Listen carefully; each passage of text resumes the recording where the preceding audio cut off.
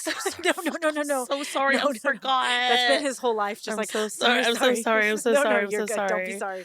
Oh, you okay? I'm sorry. Are you okay? Yeah, fine. Okay. Hi, everybody. I'm Roxy. And I'm Priska. And we are The two horny goats. What's up, bitch? What's up, bitch? What's up? Thanks for joining us during Golden Hour. Look at how sexy we look right now. A really nice backlight. I'm not gonna lie, like you look amazing. I feel like there's specks in your eyes that I've never noticed before. Oh my gosh, is this a YA novel? I'm rewatching Bridgerton. Bridgerton. Do the sex scenes hold up? They do. Okay. They do. It's all the restraint, you know what I mean? It's all the burning desires, you know what I mean? Can't wait for season 3. You're calling Ja, you're like, I need you to come over right now. Actually, I was like, you need to learn how to like do your soliloquies a little bit better. Ooh. And he goes, wait a minute, madam. And I'm like, please stop. So, he needs some pantaloons. Yeah, I think he would look really good in that Regency era type of outfits. Ooh, Regency era. So we have some like fantasy stuff that we're going to start incorporating, but it also requires for him to get the costumes first. Okay. Are you going to do a corset? Because I mean, my boobies. I don't know, girl. I don't know. They would be up to your chin. Would literally, I would have no neck. So we shall see about that. I love it though. Are we ready for season 3? Like, what are you doing? Like, what are we expecting? I mean. Okay. Well, I'm sorry, you guys. I haven't been this titillated over like a TV show in a while. Maybe it's because there hasn't been anything else coming out. Yes. Okay. So I don't want this to become like a deep dive of like, you know, our current entertainment and like climate and like what's not being released and like the lack of money and the bad business models. Right. But, you know, I think what Bridgerton does to me is it really tickles my Jane Austen / dirty mind. Ooh. You know, and finally season 3, for those of you who are fans, we're getting Pollen's story. So Penelope and Colin, like friends to lovers. Oh, Pollen is the fan name. Pollen is the fan name. I love it. And honestly, I know we talk about like the burning like enemies to lovers, like just instant lust, like with the Duke, but there's something beautiful. Maybe it's my Aquarius aspect of myself that I always love a friends to lovers story. I mean, that's kind of the best though, right? It is like a really long, like almost as if you don't know for like a very long time. And then one day you're like, wait a second, this person feels completely different. I do have a story to share. Like, I don't think he'll ever listen to this, but I had a really big crush on this guy that sat next to me when I was in high school. What grade? Yeah. I think I was in 9th grade. Oh my God, baby Roxy. And this guy at the time, he hasn't hit puberty yet. Yeah. And so he was really skinny and really short and had the most awful haircut. Like split down the middle, like bull Yeah, but that was fire back then. Like literally. Yeah. No, but he was 2002? like the biggest nerd. He had like an underbite. Like it was literally like nothing physically attractive about him. But the thing is that I was like, oh, you know, like this is a nice dude and whatever. Yeah. But then over time, it's just, he was so fucking funny in like an understated way. Hey, you know? And then humor counts so much. And I'm like, wow, women, we're just really different. Like, if you were able to ensnare us in making us laugh, like, it's over. Right. My heart is yours. Like, basically, I called him, his name's Eric, and we haven't spoken since high school, but like, and he didn't know that I had a crush on him, but he's literally like so tiny, you know, he's like half my size, and he's just like, huh, I'm Eric, I'm Hammy. And then he just like draws like a little hamster, and he goes, that's the Hammy. And I just started laughing. It's so funny. You liked his brain. I loved his brain. And I think like over time, it's like, you know, initially there's nothing significant. Sure. But then something about this person just makes you look at them one day and you're like, what? All of a sudden they're sitting backlit by Golden Hour and you're like, bitch, I need have you. I been in love with you this whole time? And that's why I'm excited for season 3 of Bridgerton. Oh, fuck yes. Because I love like the idea of like you knowing someone for so long and then one day the dynamic totally shifts. Yes. Because someone has decided to change some aspect of the relationship. Yeah. And it makes you reevaluate like how important they are to you. Yeah. Is that beautiful. Like, is it sapiosexual where you have to be attracted to them like mentally or like, you know, their brain has to be attractive? Yeah. I love that. I mean, like I too had a best friend that I had a crush on. Oh, tell me. Oh my God. And it was just like, I miss that feeling of, I remember I'd be like at church and you just like feel them come into the room. Oh my God. Yes. You're not even looking. It's like your awareness is so heightened by this person. You're like full on spidey senses. Yeah. You're just like, Okay. And you can't pay attention to anything going on. Like, you're having a full-on conversation with someone. Yes. But literally, spiritually, you're like there with that person. You have left the body. You have left your body. You're like, no longer in your body. Fuck. You're in the rafters of the fucking church. I'm like, am I just old that I don't feel this anymore? But I remember that feeling and I miss that feeling. Yeah, I do. And I feel that with my husband every so often. But that's nice. I remember the early days with him. It was like, but I don't miss it because it's so crazy. I think you feel like a psychotic person. I think it's really amplified. I think it's different from like how you and Abe feel it now because the ones that we're talking about is they don't know our affection for them. Oh, unrequited. Yeah, unrequited love. Like, and that the stakes are like super high. Like your spider senses are just like through the roof. Oh my God. I fucking goatees. Write in about your crushes. We miss having crushes.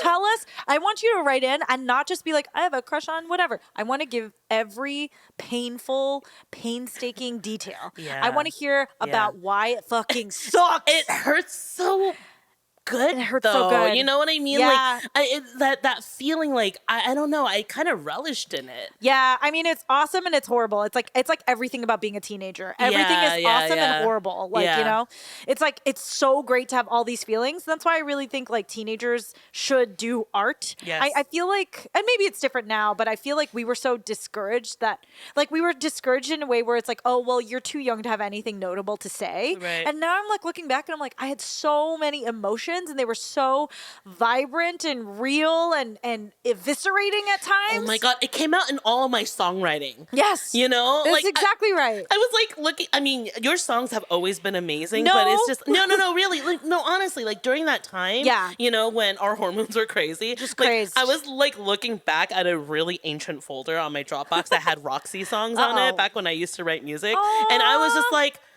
dang, this is kind of hitting. It's like kind of good. It's kind of good. I was like, whoa, I felt that crazy. Yeah. Like, I felt that deeply. That's what's so crazy. Can you imagine if we had TikTok and you had put that up and you had just like exploded? Or more people would be like, this is cringe. Please stop. I mean, but you know what I'm saying? I mean, like there's so many of the, I don't know. There's so many outlets nowadays that's true. That are public facing and like, I don't know. The internet was different back then. Yeah. But then also the narrative around young people was kind of like, you don't have anything.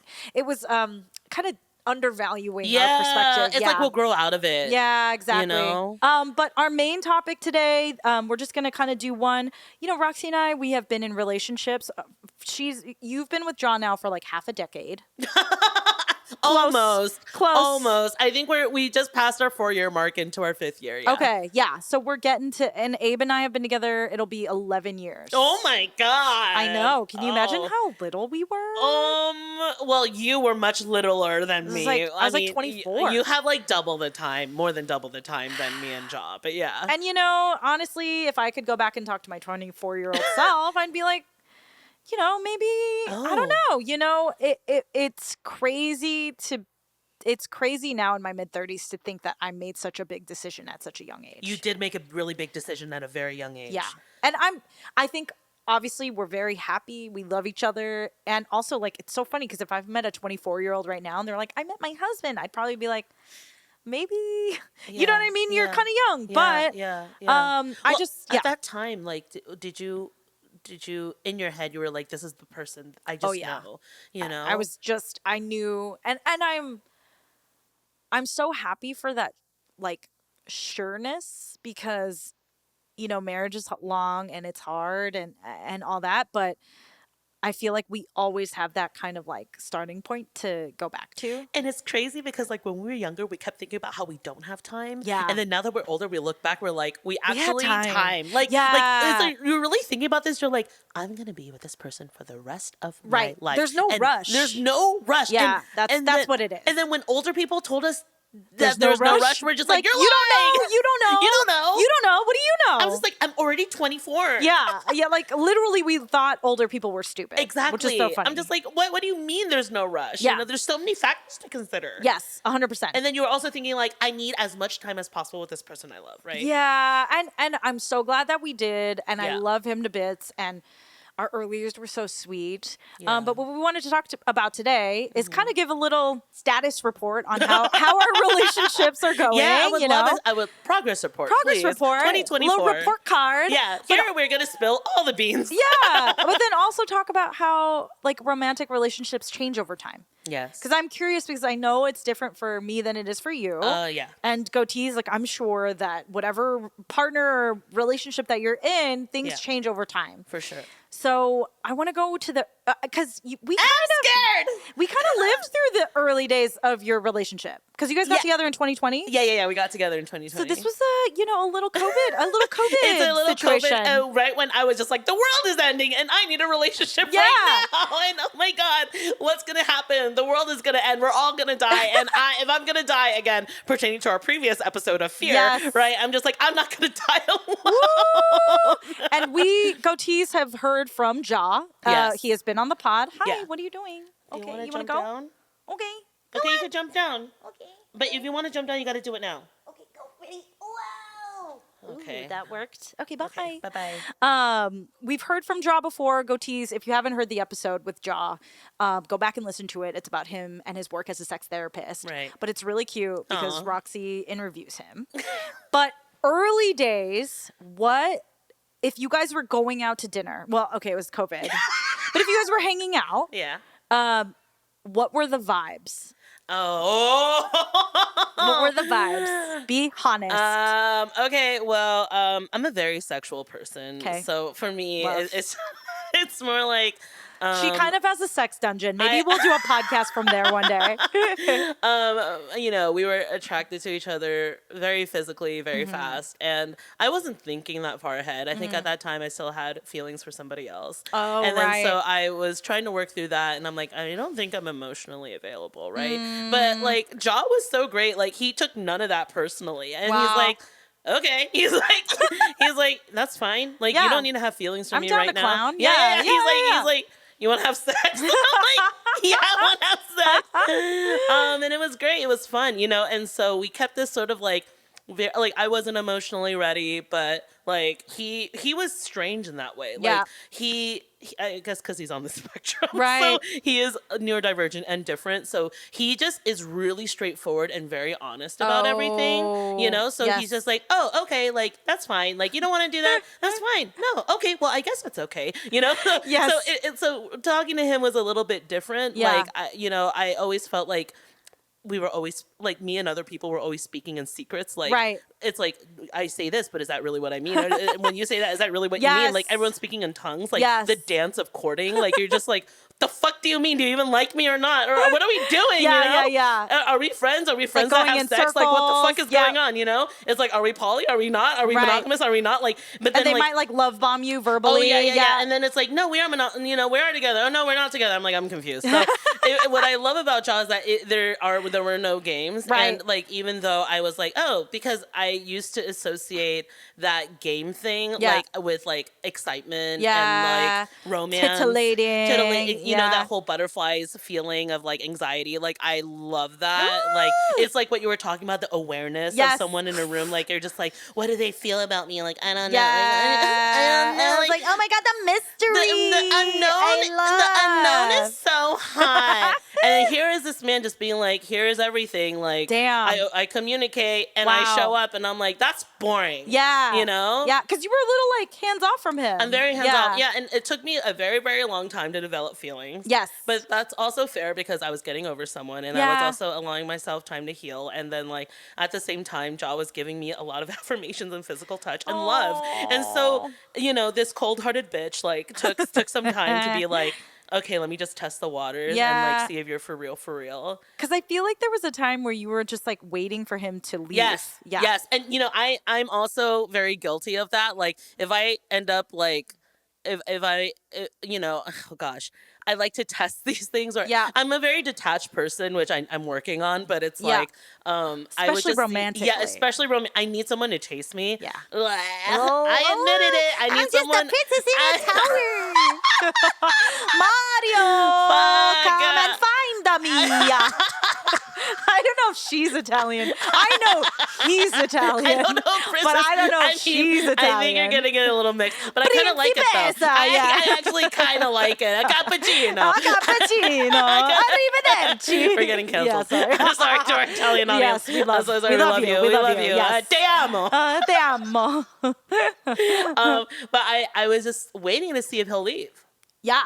And push and waiting is one thing. I think you gave him a little push sometimes. Oh yeah. Oh yeah. Like I would instigate things. Not that I wanted to. It just came from patterns. Yeah. You know, of like being passive aggressive or like, you know. And I think you wanted to be proven right. Yes, always. I wanted to self-sabotage. I wanted to self-sabotage this relationship because I was just like, there's no way. Yeah. Like, there's no way that this could work. There's no way that like he could like me. There's no way that I could like him. There's no way that we could be together because we're poly. There's no way like, you know, like all of these things. But this man just fucking kept on showing up. Wow. And he kept on being like, let's have a conversation. I was like, what the fuck is that? I was like, aren't you fucking mad? Like, shouldn't you just like leave and never come back and then like send me a message like 3 weeks later, breaking no contact, and then we're back at it again? You know, like, that's how it's supposed Shouldn't to go. Shouldn't you play me hot and cold? Yeah. Like, Shouldn't I never know how you're really feeling? Exactly, because that's what love is, right? But he was so steadfast. Oh my God, it was fucking weird. And I think if y'all are in the dating world right now, like steadfast is boring in the short term. Oh yeah, but it's so nice. It's so nice in the long term. So what nice were those? I mean, it sounds like he was like, I want to have conversations. I want to go deeper. I want to get to know you. But like, what were those early conversations like? Would you kind of give a little and pull back, or would you kind of shut it down, or you know what was it like? What's weird with Jaw is that like he's such a good listener. I think it's because he's a therapist or something. Yeah. But like literally like. Whenever he was with me, he put his phone away. Yeah. And like he would never touch it the entire night. And whenever he looks at me, he's just looking at me and talking to me and listening to me. And I was like, wait a second. Yeah. I was like, this is so nice. I was like, I'm not worried about like, oh my, does he think I'm like hot enough right now? Or like, am I engaging enough to like be this, you know? And he's just like letting me talk. Wow. You know? And not like mansplaining anything to me. Yes. Not interrupting me. Yes. And not even offering his insight. No unsolicited like fucking response. And he's just like, oh, that must be hard. And I'm like, that's literally porn for women. I know. He's like, that must have been very difficult for you. And were you like, let's just have sex? Like, I don't want to. All the time. Yeah. And also, like, the sex was like, you know, I never realized that my sex was so anxious. Yeah. Oh, and interesting. performative before I met Jaw. Like, I always wanted to be the hot girl in bed, you know? Oh, so you would be like, make sure the lighting's good. Oh, yeah, make sure like, I look hot. Like, make sure, you know, because obviously all the information we got fed with porn is like the woman has to be like all these things. Yeah. And then he'll be like, oh, do you like want to stop? And I'm like, no, because if I stop, that means you don't get to have an orgasm, and then I would have failed. Yes. Yeah. And I would have failed as a woman. I failed as a lover. I failed. And he goes, no, you literally don't have to. Oh, like, wow. He goes, I'm perfectly fine. He's like, I just enjoy time with you. I just enjoy, like, to me, he's like, everything is sex. Like, like, it's not just the ejaculation part, but it's, but of course, like, him being a sex therapist, he would break it down in those terms. Yes. Like, you know, part of like, you know, and like, become really okay, just fuck me. I'll be like, okay, and then it becomes like really academic, and I'm like, okay, you know, but our sex life continues to improve. Okay, like, with every year that we're together, like. You know, it's amazing. Yeah. It's like I've never experienced a relationship like this. It's such a word, but like, do you feel that you guys are making love more so now, or has it always kind of been making love, or He's is it always been making love, and I've always been a fucking sex demon. Okay, like I've always even been now? like, I mean, yeah, no, I'm still a sex demon. But I'm learning to take it slow. Yeah, and I'm learning to receive. Okay, and I'm learning to receive, and I'm learning to be like, you know, but it's also because of the way he loves me, you know, and so I look, we don't have the perfect relationship, okay, but I would say like in terms of physical intimacy, I'm like, because of that, like, I'm like, whoa, I feel hot. Like, I feel desirable and desirable, and it's nice and slow, and we take our time. Yeah. And sometimes it's just touching, and that's all it is, you know, not even anything nasty down there. Like, it's literally just like intimacy. Bridgerton hand holding, you know? It's like, sometimes it's just like bosoms heaving. bosoms heaving. Yes. But even just like this, like, you know, you grab your hand and then he'll just do like this. Like, men don't understand what this does to a woman. Like, it's just a simple, like, thumb stroking, like, over your hand or your fingers. Right. And I'm just like, okay, fuck me now. Right. Like, or just being out in public. I'm, like, super wet. And I'm like, okay, you know, and that's like, or he's just, like, rubbing your back. And I'm like, you know. And as someone that's, like, really, like, I have more romantic feelings towards women. And, like, Jaw's probably the only male partner I'll ever have in this lifetime. Oh, wow. You know, but, like, like he creates such a safety net for me. That's amazing. That's really what it is. Amazing. That's like female passion. Yes, right yeah, there, it's catnip you know? for women. Yeah, it is, totally. It is. And just feeling, because once you feel safe, then that can even like unleash your inner sex demon even more, because you're just like not afraid to be yourself. Exactly. Yeah. And I'm like learning to not rush through sex. So I'm just like, I'm still learning because I have you know, my Mars is in Sagittarius. Yeah. Not that I'm blaming my. You're like, we're on a schedule. Yeah, exactly. I was like, I need to orgasm now. I'm late. I'm like, we have 30 minutes. Yeah. And I was like, we could do it in 15. Yes. You know, and Ooh, you know, efficiency, mama. Yes. Yeah, but like it depends on the day. You know, the energies are different, and you know, we don't have sex all the time. But it's like it just depends on when we're both feeling it and what feels right. Or if I just ask for it. Yeah, but you would like. I guess my questions are, how has maybe your communication around it evolved over the past 4+ years? Around sex? Yeah, so it was really interesting. Like just last week, we had a really good time. And it was different. I don't know what was different. I don't know what was, but we were really, really into it. Clicking. And I am very uncomfortable talking, like sexting or talking about saying things like, I want you. Or, like, I'm not good at that. I'm a Capricorn. Come on. I'm a practical person. I'm like, okay, like, are we doing this or not? You know, like, and he makes more of an effort at being romantic, which is very sweet. But you know, he's such a softie. He's such a sweetie, bunny, he's watery, a little bunny bear. Little watery bear. And then, and we were just on the phone this week, and then he's like, so you know, last week was really hot, and I'm like, yeah. Anyways, I love a recap. Yeah. For me, I was just like, yeah, I love that, and I was just like, we should do more of that. And he goes. Yeah, he's like, I'm not complaining. Sign me up, right? So, like, that's our way of, like, communicating that sex. Because I used to feel so much shame about it. Like, and I feel like it's such a vulnerable thing, blah, blah, blah. Yeah. But now, because we've been together for so long, it's like, okay, like, I feel more comfortable saying these things. Because I know that it's not going to chase him away. Yes. You know? You know what I've seen in you, like, over the past 4 years? Yeah. Because I feel like when you first got together, you were almost apologetic of him. Yeah. You were just like, no. Guys, it's like nothing. It's not. It's just like fun. It's just fun. It's just fun. Yeah. But as you've gotten more comfortable, when I see you guys in person, I have come to see your weird side come out more. Because he's so weird. You guys are like he's weird. He's weird. I love him. I love him. He's an odd. He's an oddball. An oddball. But then so are you. You know. But like you don't show that side easily. No. Like I become a baby when I'm with him. Yeah. It's kind of gross. And you guys get weird together, and it's so cute. Oh God. Please not. Oh God. Like you guys are just off to the side, like laughing about like your own things, and like I don't know. It's just like you guys have your own little language with each other. Do you guys see my face right now? This is making me so fucking uncomfortable. I'm like, ugh. But like I've seen you with other people. I've not seen this side of you, to be totally honest. Yeah. I think it took a lot of work to get here. But communication style. So we're talking about those early conversations where you kind of be, a little sometimes in, sometimes out. It's great that he's listening, but like alarm bells, too close, too intimate. What is it like now? Like communicating? Oh gosh. So nowadays it's like, in that stage when you're first dating, you're just like, I want to see if we are on the same page. Yes. Like, do we like each other the same way? And do we see something together? Yeah. And if not, get the fuck out, And now I think, like, because you're deeper in this relationship, the first priority is always like, how are you handling your life? Are you okay? You know, and like, here's what's happening, because we are poly, get that. Like, again, for those of you who aren't familiar with me and Jaw's relationship, you know, he is married, right? And he has another partner and he has 2 kids. 2 kids. And they are in a separate family unit. I see him once a week and we have a very beautiful relationship, but we have boundaries with our relationship. And so I think because I really love the type of freedom this relationship gives me, and also we are non-monogamous, therefore I am able to have relationships with other people.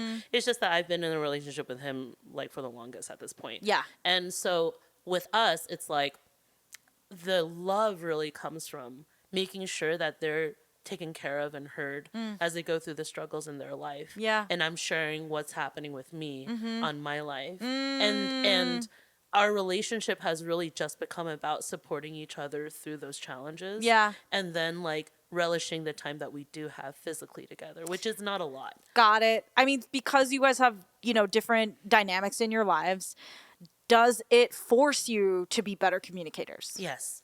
Sometimes you have to over communicate about these things. Like, for example, like he has ADHD, which means if it's not in sight, it's out of mind. Right. Therefore, and I am somebody that's like, look, you don't have to like talk to me all the time. But even for like 5 minutes, like once every 2 days. Yeah, right. And there have been times when it's like we haven't talked for a full week. Wow. And that will get me really fucking mad. And then I am not going to be the one that initiates. Yes, because, yeah. You know, obviously, because I want to be the black cat. Right. And then, so that I would be really passive aggressive and kind of cold about it. And then he'll be like, oh, it's our day of our date. You know, we have a standing date every Saturday. And then he'll be like, oh, what do you want me to pick up from your favorite place, blah, blah. And I would just be like, okay, you know, like, all short. And then he comes over and then like, it's always fine because like, he knows that I'm gonna react like that. Yeah. And then we'll share like why it was difficult for us that week to not have that communication. And then so sometimes we apologize, sometimes we don't, you know, because it really depends on what the context is. Yeah. And then afterwards, after we talk through everything, and now we're no longer like mad at each other. Like it used to be more heated, but now it's not, because now I'm like, oh, I know him very well and I trust him.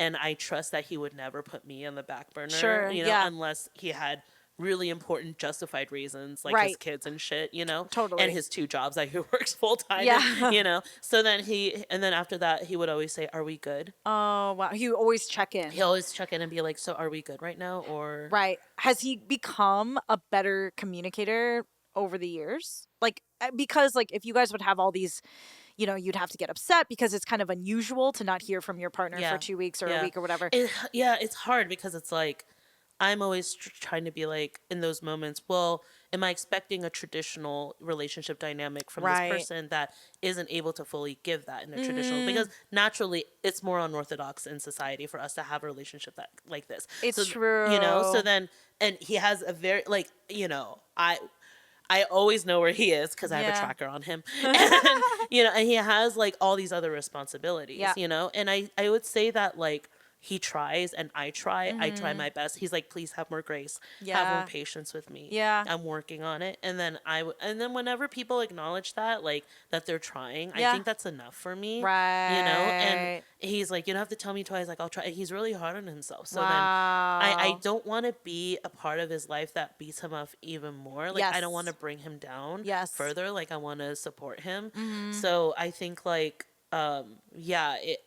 it helps me check in. I'm like, okay, well, I want these things from a relationship, but I'm willing to overlook these things because I love him so much. Right. And I definitely see and I hear from you in this moment that he's kind of reducing the anxiety around it. Like I do feel he does that, you know, he doesn't add to it. He dissolves it. He doesn't whip you up. He wants to hear what's going on. He wants to understand. He wants to make like boundaries, commitments, communication.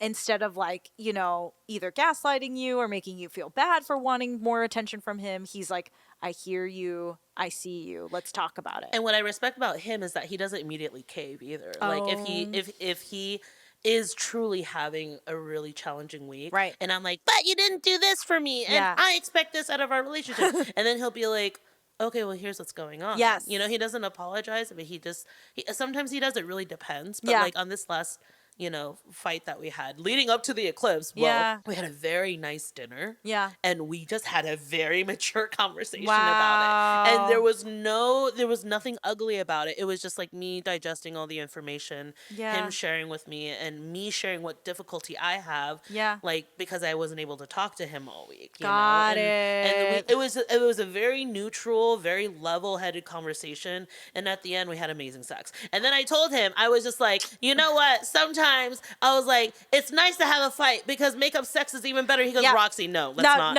Oh, he's so healthy. He's like, let's not go down that direction. He's like, I really don't think we need to do that in order to elevate the sex game. I appreciate his therapist mind coming to the fore, but I mean, we all know that makeup sex can be really nice. Can be. And sometimes if you're grumpy and you haven't seen each other, all the talking in the world doesn't equate just fucking going to Pound Town, No, I mean, the Pound Town only distracts you from the real issue. Yeah. Because you're going to have to face it eventually. You'll have to face it. But sometimes, like, if your grumpiness is just from, like, horniness.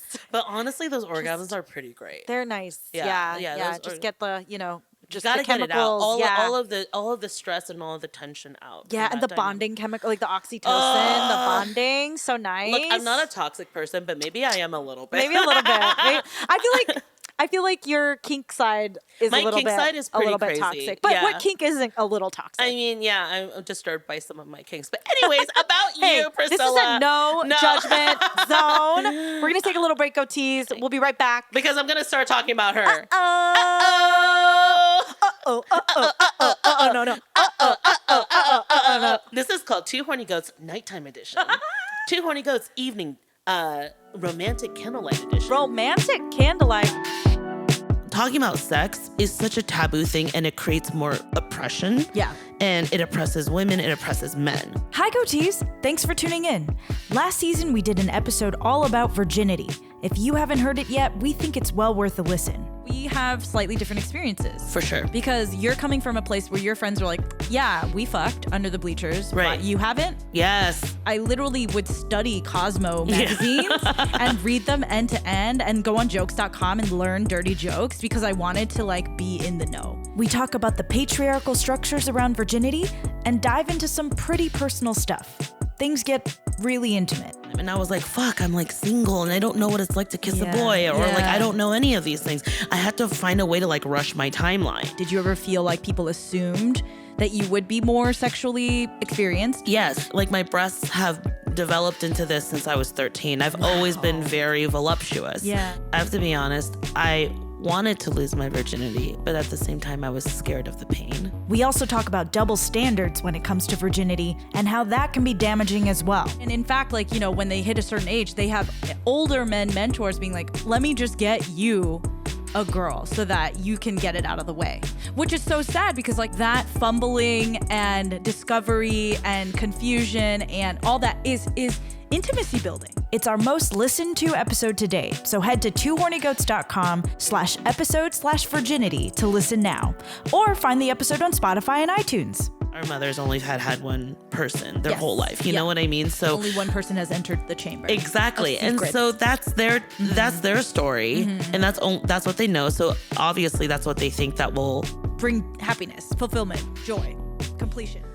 Okay, now back to the show. All right, goatees, we are back. We turned on a couple lights because the sun went down. Sorry, it's no longer golden hour, but we are still two golden babes sitting here. We're two golden babes. We are waxing and waning. You know what I'm saying? We're in our moon Feast phases. your eyes. Thank you.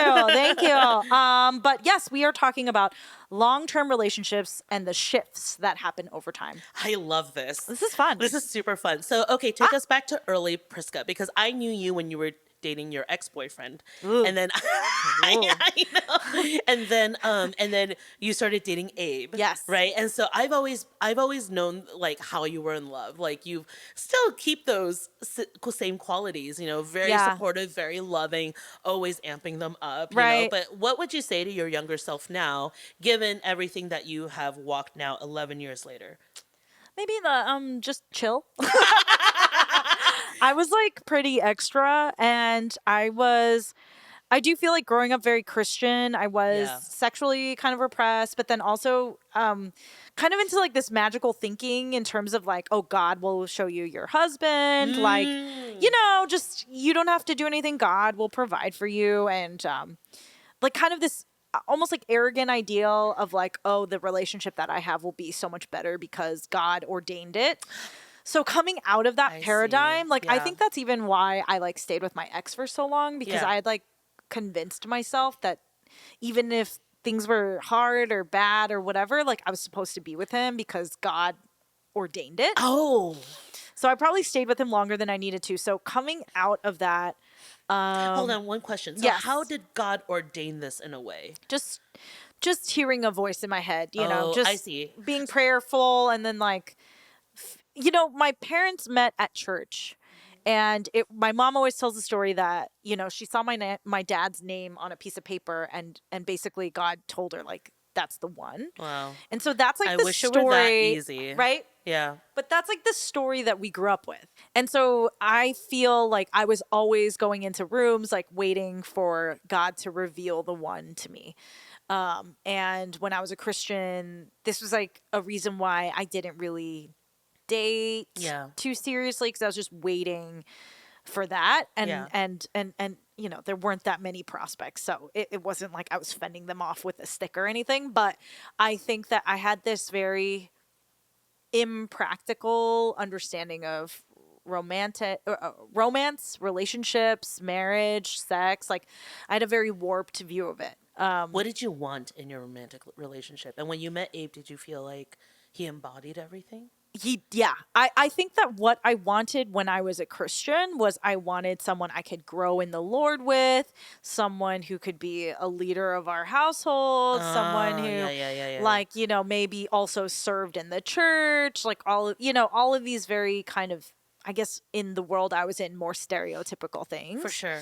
And so anyhow, I think when I met Abe, it was one of those things where it was like love at first sight. Wow. Like it was intense. Wow. Like, especially, and was it mutual? Did it happen? Like, I don't think I ever know this. Like, did you go after him? Did you know first, or did he also feel it at the same time? Like, I think that I would say, I think we were, when we first met, like first, I think we were both attracted to each other. Yeah. I thought he was engaged, so I didn't really think too much of it. Right. But I think he thought I was cute, and I thought he was cute, and I thought he had such a cool energy. Yeah.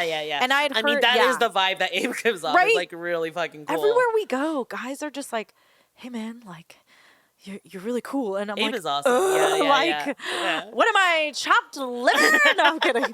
But when we met for real, like at a music rehearsal studio, I remember walking in and he remembered who I was, and I freaked out because I didn't think he would remember me. Like, you know what I mean? I was just some little nobody. Stop. But it was like, I literally knew people that lost jobs to him. Like drummers that lost jobs to Abe because he was so good and kind of like a legend, a playground celebrity, I guess, in our little community, you know? Sure, yeah. But I just remember, I think when you were talking about Jaw being a good listener, that jogged my memory because Abe is also a very good listener. That's how they get us, okay? I'm just saying, open your ears. Just open your ears, your man. Mouth. Yeah.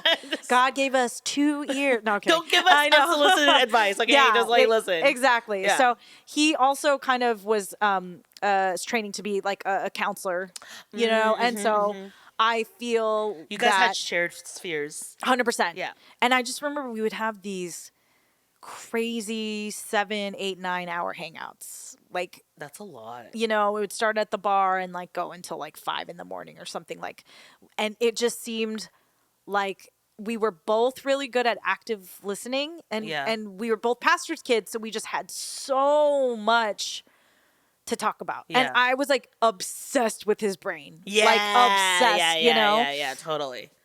And so, that was kind of the early days. I feel that's how they get you. I mean, Abe is so perceptive. So like a man, like, I mean, a guy, you don't meet, like, honestly, our circles, we don't have guys like that. No, you know, like no. in our early 20s. No, it's like no. Perceptive, very grounded, you know, very cool. And just like you know, a good listener. Ooh. Come on.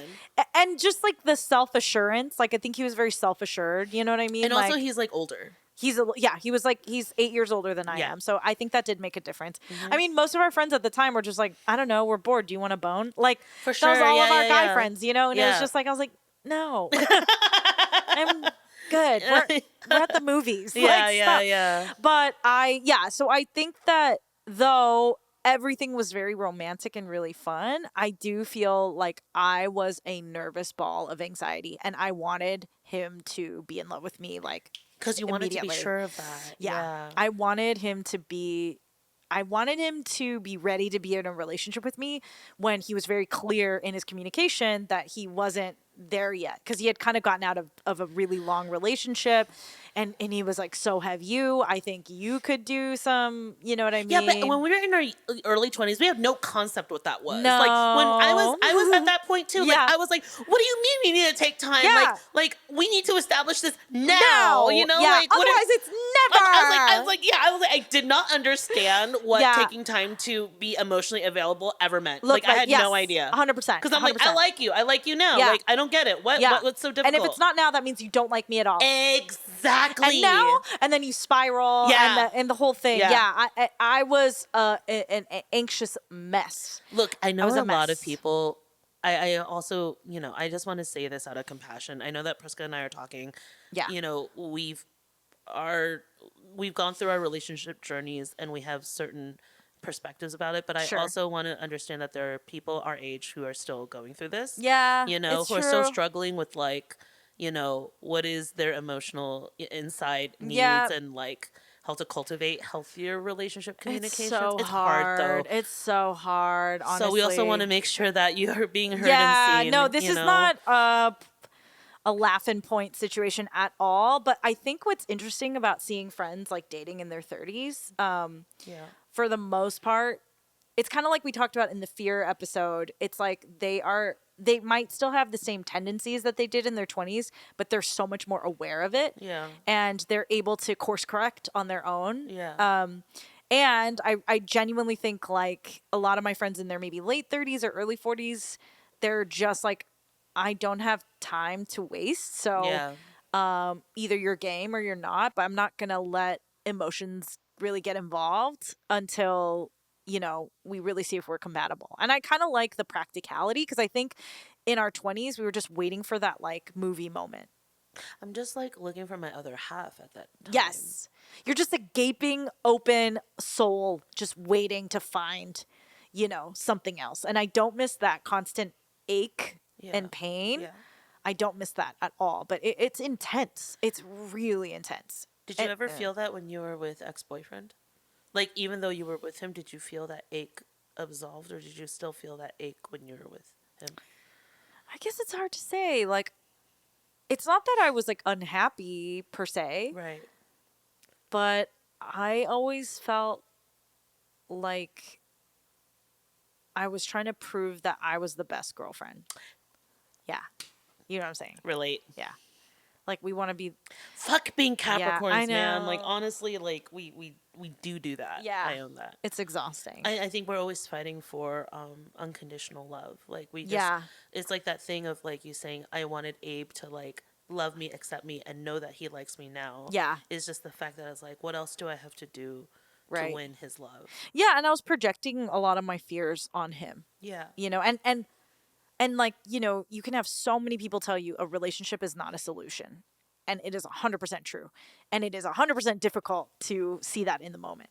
So when you guys you said, hey, I want this to happen now. And he's like, I need some time. And I think it'll be good for you to have some time. What happened after that? We took like a break. Like, I think we didn't talk for like 3-4 months. And was it really codependent, like immediately when you guys were dating? Like, did you spend a lot of time with him, or was there time apart? Like, how was this different than your ex-boyfriend's relationship dynamic? And how did that transition with this different person affect your view on what a relationship could be?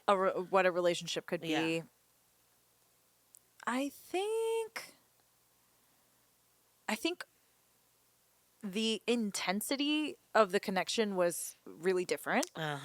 And I think that early on, it was just like very random. Like one of us would call the other up, and then we would have these like 12-hour hangs. Oh my God. But then we would live completely separate lives. Like it wasn't like I was checking in on him, and it wasn't like he was really checking in on me, but if he would send me a text, it would like make my whole day. You know what I mean? Like, wouldn't really hear from him. And I never really dated anybody, but it didn't mean I wasn't ever talking to other people. But even anything else was like, it paled in comparison to what I felt like I had with Abe, you know? And then when he wasn't talking to you on those off days, like, did you feel that you're always thinking about him? It was like hell. It felt like hell. This is called codependency, guys. Yeah. Well, I would say it wasn't codependency yet because we were never dependent. Right. Yeah. But it was a very difficult exercise in not like over fantasizing, and then also in like trusting the process. But I also have to say, I don't miss that feeling. No, it's awful. I do not miss it. I do not like, and there's a term for it. It's also called limerence. Like before you, like if it's not a relationship, if it's not reciprocal, but you're like fantasizing about this person. Yes. That is actually not love. It's like you built this fantasy of this person inside your head. Yes. And you put them on a pedestal where they consume your entire thought. Look, oh I'm guilty of limerence. Okay. So guilty. Like, limerence, baby. I mean, it could be because that me and Priscilla are like creative people, we're romantic people, we're artists, and like we are victims to limerence. Like I still am a victim to limerence. Yes. Like we have a support group. I know I have to like check in with myself and be like, hold the fuck stop. Like I can't go through days like this. No. Like it is so unhealthy. Yes.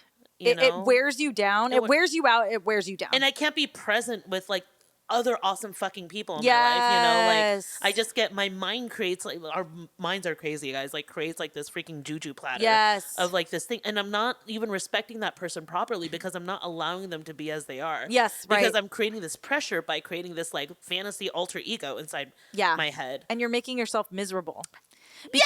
Because your fantasy is never going to match reality. Exactly. And the more that the greater that differentiation, the more pain you feel. Exactly. It's math. Exactly, bitch. Yeah. And it's like, no matter what, it's like, I will be disappointed at the end. Yeah, 100%. Because you're not going to get what you want from it. Yeah. So I really do feel like that time apart was healthy because I think it helped me hit a more neutral place. And I wasn't getting as hurt as often. And I was so dramatic and I would get hurt so easily. And like, I have big feelings. Yeah. And I just felt it was confusing. And so it was confusing to have someone be like, everything you've ever wanted. And you guys have the best conversations ever. And they show you the attention that you want. But then they tell you like, oh, but I'm not ready to be in a relationship yet, right? So that's so like, painful. To women, that's like, what? That's why lesbians are like, we just make it happen real quick. We're like, U-Haul. I'm like, our first date is like 3 days. You know what I mean? It just because women, we're just like that. We're just like, we don't understand. Sometimes to the detriment. But then like what we don't understand is just like, oh, why would you? If it works, why would you not? Exactly. Like, why would you hold yourself back from this? Yeah. But it's just to get to gain clarity, you know? I appreciate it so much now. And then I think the first year or two of our relationship, that's when codependency really started. So. And we got a little bit codependent. Yeah. And I think we were codependent until the tour, probably. Okay, so describe that codependency era.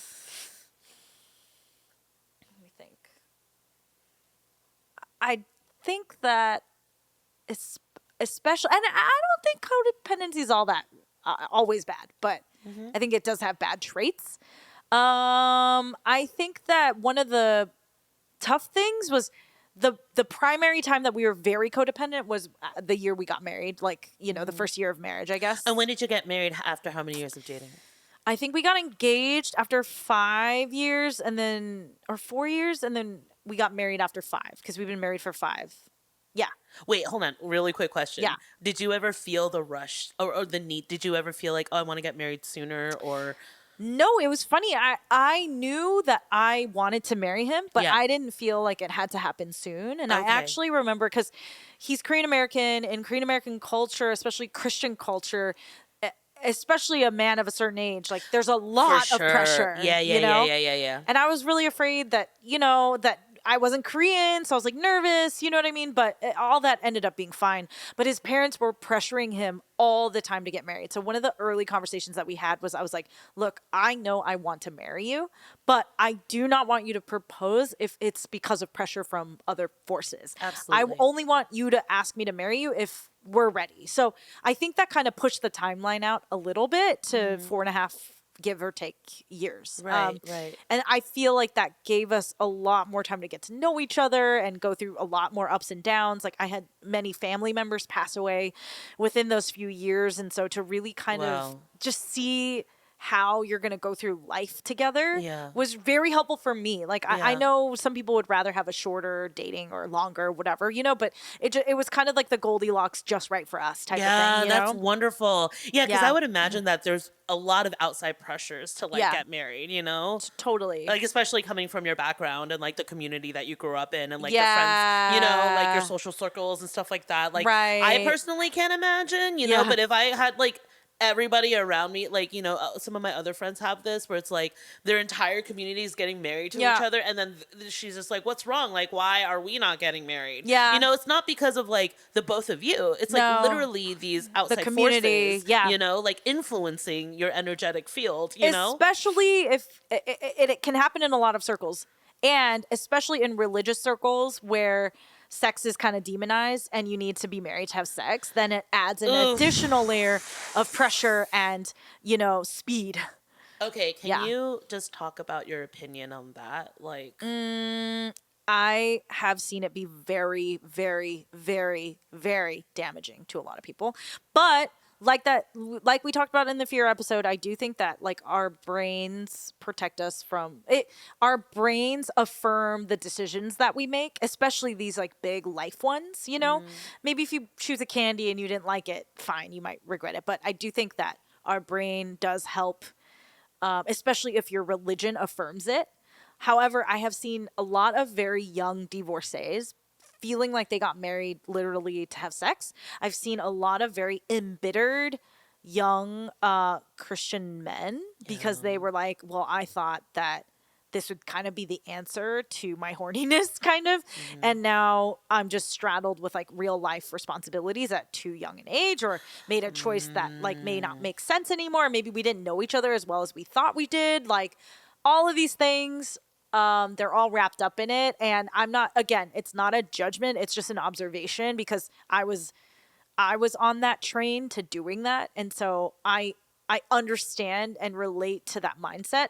But on the other side, now as an older person looking back, I'm like, oh my gosh, that's so damaging. And I've seen it damage a lot of people. When we were growing up, you know, it's a little bit different than how people are talking about marriage now. Yeah. You know, because there's literally like, there's a 4B movement happening in Korea. Have you heard about that? Yes. You know, where women are, what is it, the 4? It's like no sex, no dating, no boyfriends, no something else. But like basically they have chose to like not deal with men at all, you know, and they're willing to let Korea be like a dead country, you know, because like they just don't believe in it. There's nothing positive that they feel is coming from. Is it in direct relation to domestic abuse?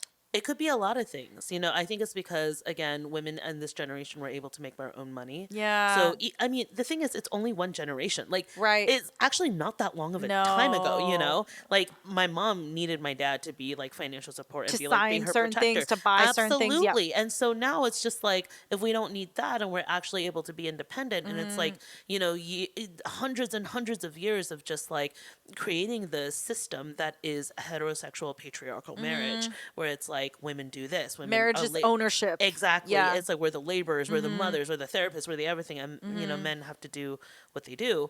But like now it's like, oh, our needs are different now because, and then the roles need to change a little bit too. Yes. Because you and Abe also have like an unorthodox dynamic when it comes to traditional marriage, right? It's like, you know, it's like he takes care of the home sometimes, and then you also you work and, you know, breadwinner, right? And so, but your mom was also the breadwinner. So there's like all these different dynamics that challenge that idea and that system that we are comfortable with, but are a little bit non-traditional. Exactly. Yeah. What do you see, I guess, in terms of like seeing Abe and I, like, what do you see that's non-traditional, I guess, because sometimes I feel like we're too traditional, but Well, no, I'm just saying like untraditional in terms of like the gender roles. Yeah. But I think because you're both freelance artists, it's like you block and tackle as you need to. Totally. It's like if he goes on tour and it's like then maybe you go with him for a certain amount of time, and it's like, and sometimes if he's needs a break, it's like you carry the load of like the money stuff. You know?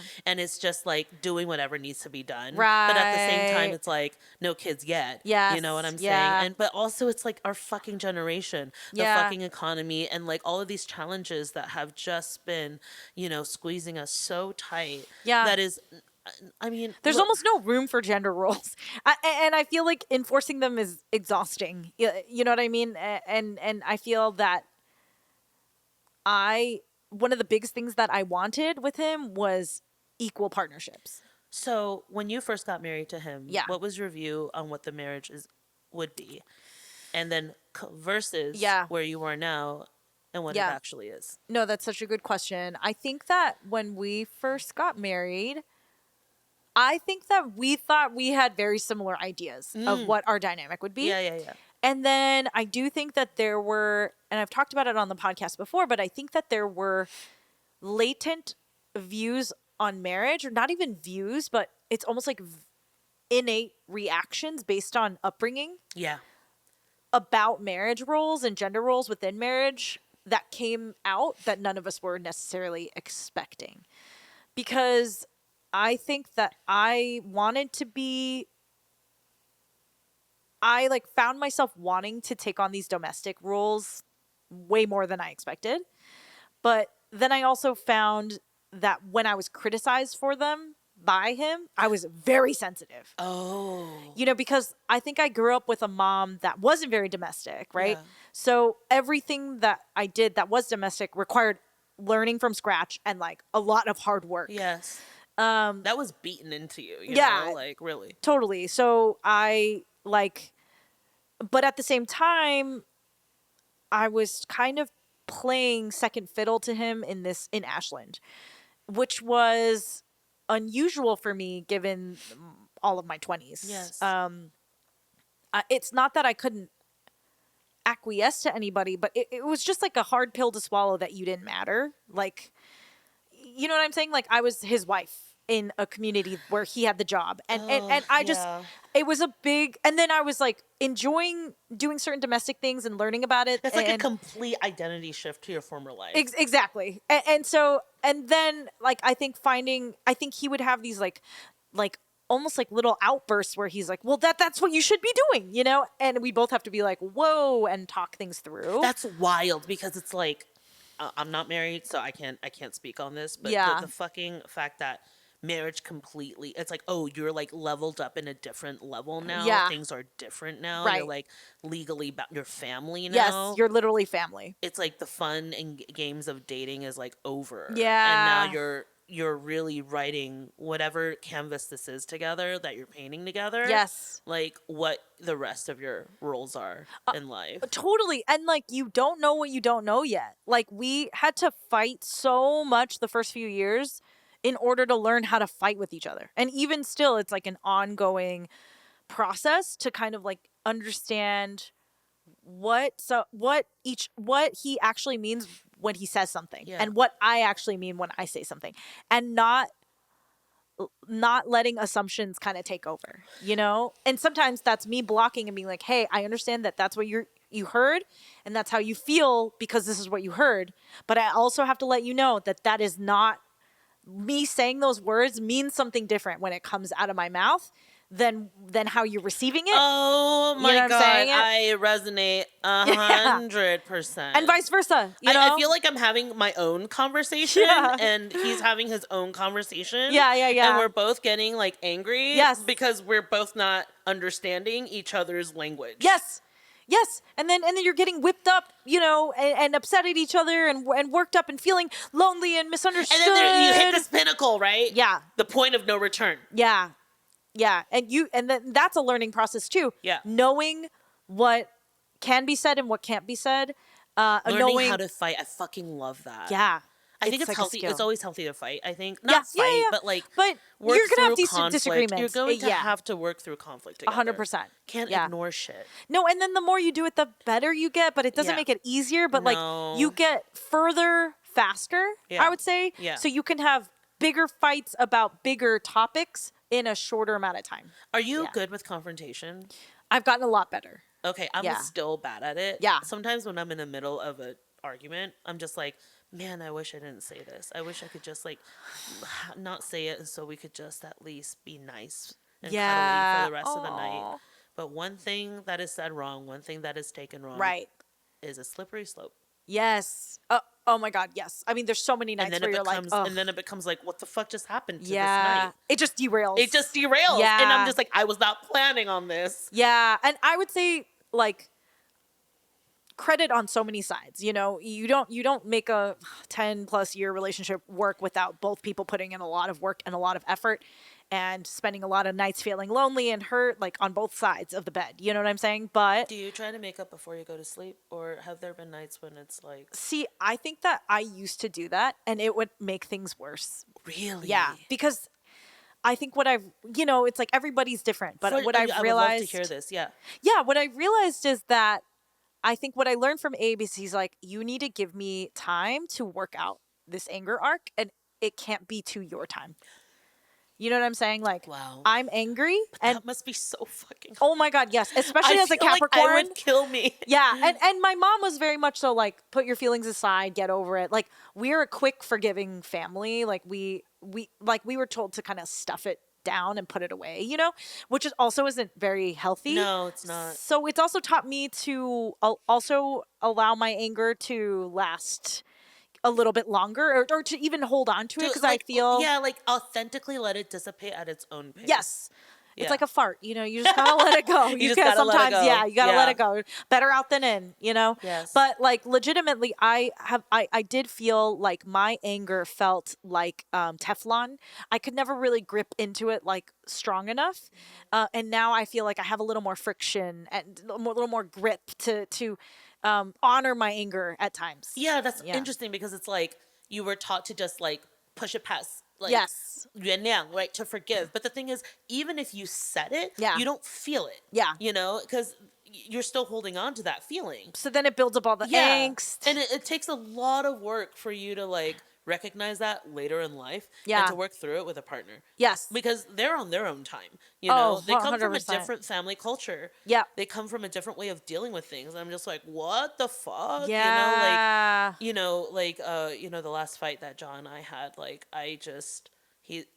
anyways, it's just really funny because it's about his business idea that I think is really dumb. And like, as a Capricorn, I started hitting him with all the facts I was just figures. Like, I was like, how's this gonna work? Like, do you have a place to like watch that? Like, how's the business model gonna be? He's just like, what? Like, oh my God. He's like, it's just an idea. And I'm like, but have you talked to people? Like, they're probably gonna tell you, like, how are you gonna sell this as a pitch? Yeah. Literally, he's like, what is going on? Oh my God. And I think, I don't know, maybe I think it triggered me somehow, because I don't know, I'm still working through why this triggered me. But we got into, he's just like, I feel that he's like, I'm not taking any of this personally. I was like, but you are, because you're hanging on to this dumb idea, And, and then he's like defending his idea, and I'm like, it's so dumb, Yeah. And then it just became, we were driving, and it was just like, awful. Not driving. Yeah. No. And at one point, I'm just like, whatever, fine. Like, I'm just not gonna say anything again, And I'm just not gonna give you my opinion. I'll support you in whatever you want to do. I just not say anything about it. Do you ever hear your mom? That is my mom. But at the same time, I use that because I'm just like, I don't want to fight anymore. Yeah. Because obviously he and I are having two completely separate conversations. Yes. And then after it dissipates, and I was just like, okay, well, the reason why I feel this way is because I think you're gonna fail. Right. If you don't have these things in place, I'm saying it out of love. It's not to like make you like. Of course, if you want me to be Delulu about it and be like, whatever you want, babe. Right. But like, I don't come from that. Like, I had to build so many things myself. Yeah. So if you throw out something, you're like, I'm gonna make that happen without like proper thinking, Sure. or like, I'm sorry, that's my love language. Right. Yeah. So, anyways, we were. It's just really funny. It's just really funny. Were you able to try, like, because I feel like like in some ways similar where we have moms that were very tough on us. Yeah. And so there are times where it triggers my tough side with yes. him. Yes. Yeah. And that's really what it is most of the time. yeah. It's really what it is most of the time. It's like, why are you not taking these steps to like take care of yourself better? Or like, how come you're not planning this in advance? Or like, it'll be easier if you just do this, And then there are times where you have to lean into that icky feeling of like, all right, I know I'm not wrong. But I also have to lean into the icky feeling of understanding that I am misreading how to communicate with you in this moment. Because like maybe right now for you, partner, this is a nascent idea. Yeah. This is a fun thing for you. This is a thought exercise. This does not exist in the real world. Like you don't have I was already like 12 steps ahead. Yes. I was just like, this is going to get you canceled. Yes. Because this is going to be like a waste of this, a waste of that, and PETA's going to come after you and like all this stuff. But then it's like recognizing like, all right, it's not that you're wrong. It's not that I'm wrong. But I could have communicated this with you in a better way. And I can also recognize that this wasn't as serious as I'm taking it. I know. But that's part of the long-term relationship, right? It's like that. It's so icky. Like when you have to do it, you're like, ugh. And then like when I say the wrong thing, which I could have handled better, I'm like, oh God, I have just started something that I don't want to finish. And with a therapist, no less. So I know, with a break therapist. it down. And I'm just like, don't you dare fucking therapize me right now. I was like, we are having a discourse about why this is bad and not a good idea. And you are not my therapist. No. And like, I have to like remind him, but then also, but he has real feelings like when it comes to these arguments. We genuinely do get mad, and like his feelings do get hurt, and he stands up for himself. And I also have to do the same. Who's more sensitive? I think we both are. Oh, okay. Yeah. Like, honestly, we both are. Yeah. Like, I would like to say that I'm not and that I'm stronger, but let's be real. I'm a muddle puddle, and like it's still hard for me to. I think it's hard for us to be truly vulnerable with people. So when it's your person that's like you're fighting with, it's hard. Yeah, it's hard. Yeah. And I think I say that like, when we go after them really hard and kind of have to walk it back. I say it because I have been on the receiving end of him being too tough. Oh. And when he recognizes it and walks it back, like it's so alleviating because it's so shitty to feel almost like attacked for something that was just an idea, So it's always like you teach each other what each other needs by continuing to fight with each other, because when they do something, a little bit of kindness from them can teach you a lot, and then a little bit of kindness from you can teach them a lot. I know. It's just crazy. Like I've learned to be a lot more compassionate and understanding, but I'm also always right, so I struggle with that. You're never wrong. I know, it's really hard. Yeah, it's really hard, so when hard you just know everything, except how to make money. As a Capricorn, I know. I'm a fucking failure, but it's fine. Yeah, it's always, you're always gonna be, I think, like, I feel very similar to my dad in certain ways, though, in my relationship, where I'm like, the more you can learn to forgive quickly in an authentic, genuine way, not just stuffing down your feelings. But if you learn to forgive quickly, to admit when you're wrong, and to like learn to like laugh at yourself a little bit, you're gonna live a much happier life and have a happier partner, and so I've seen my dad. It's a lot about compromise. It really is about compromise, and like letting it be okay for you to be wrong every once in a while.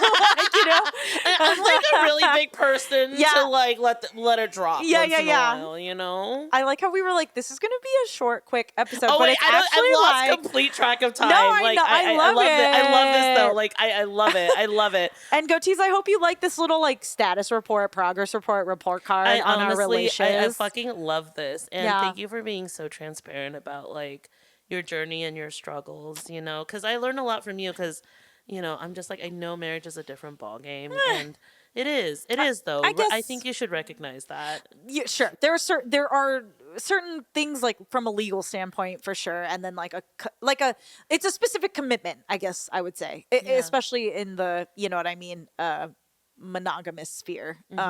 It's a very specific commitment, and it's not better or worse. It's just specific. So I really love learning about like what makes you and Jaw continue to be bonded when there's no legality, or you know what I'm saying? Like that's really cool because there's something that blooms when there's just two people that are just like being around each other, you know? You know, if you think about like marriage and dating, well, marriage specifically, it's like you're basically just hanging out with this person for the rest of your life. Yeah. You know, you're just basically being like, oh, you're cool enough that I want to be around you for the rest of my life and be annoyed by you. And like, you know, and we could just hang around each other for the rest. Like, that's really what it is. And we'll block and tackle for each other. We'll figure things out together. And I think there's just so many things like, I'm so glad that I'm able to open myself up in this way to different types of relationship dynamics and different types of sexual orientations and different, you know, explore different relationships on the love spectrum. Yeah. Right. And that being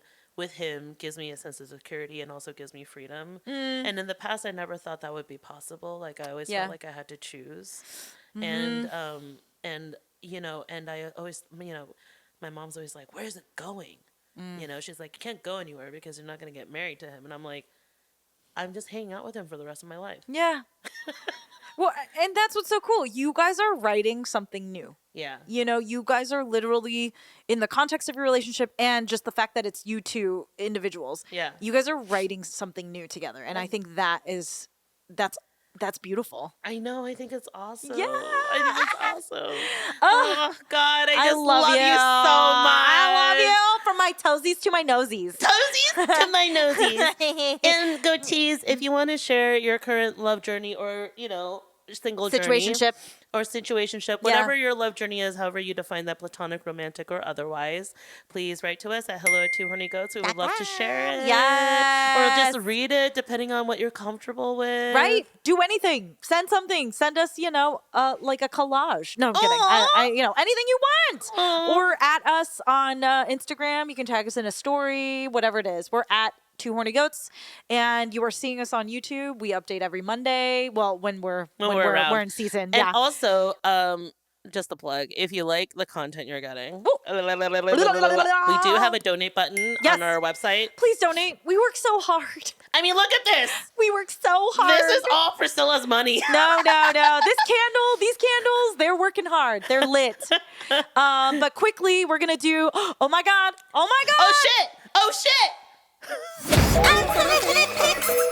I just went to Katsu Gin in South Pasadena. I love Katsu Gin. Have you I've been really good. We should go together. It's really good. Really good. Good Juicy service. ass katsu. Juicy ass, moist ass pork loin, which is easy to dry the fuck out. The breading is nice and crunchy, crispy. That corn. I got the corn too. The corn's really good. I ordered everything you ordered. Literally, I think we mind melded and didn't even realize, but it's a good deal for a set dinner, and I fucking loved it. The service is really, really great. Really attentive. They're very kind. Let's go. Let's go on a little dainty date. Okay. And I just want to give a quick shout out. I went to a flea market the other day that is called Thick Thrift. And it is for all plus size babes. Mama! Yeah. Sizes 1X to 6X. So like if you are a bigger babe like me, they do, you have to follow them at Thick Thrift. Oh my God. One of the founders, Thick Thrift. Is it CC? THICC? Oh, no. Just THICK. ICK. Okay. And one of the founders is Taiwanese. So, and they're amazing. Oh I bought a piece for them, and it was really, really, really gorgeous. Anyways, it's just such a really great community. It was like so rare for me. Like, I love thrifting and I love to go vintage shopping, but barely things are in my size. Yeah. But like, it's so wonderful. But like, there were all different types of body sizes there, and then people, it was just really, really fun. So a lot of really great plus size vendors, jewelry vendors, there were tattoo artists there. Like, it was awesome. Oh my God. So make sure to follow them. Their next event is in June. Thick Thrift. You can click here to learn more. That's amazing. You'll probably see me there at the next one. Oh my God. Yes. Yes! Yes! Well, until then, have a horny week. Our lovely goatees. And remember, Stay horny!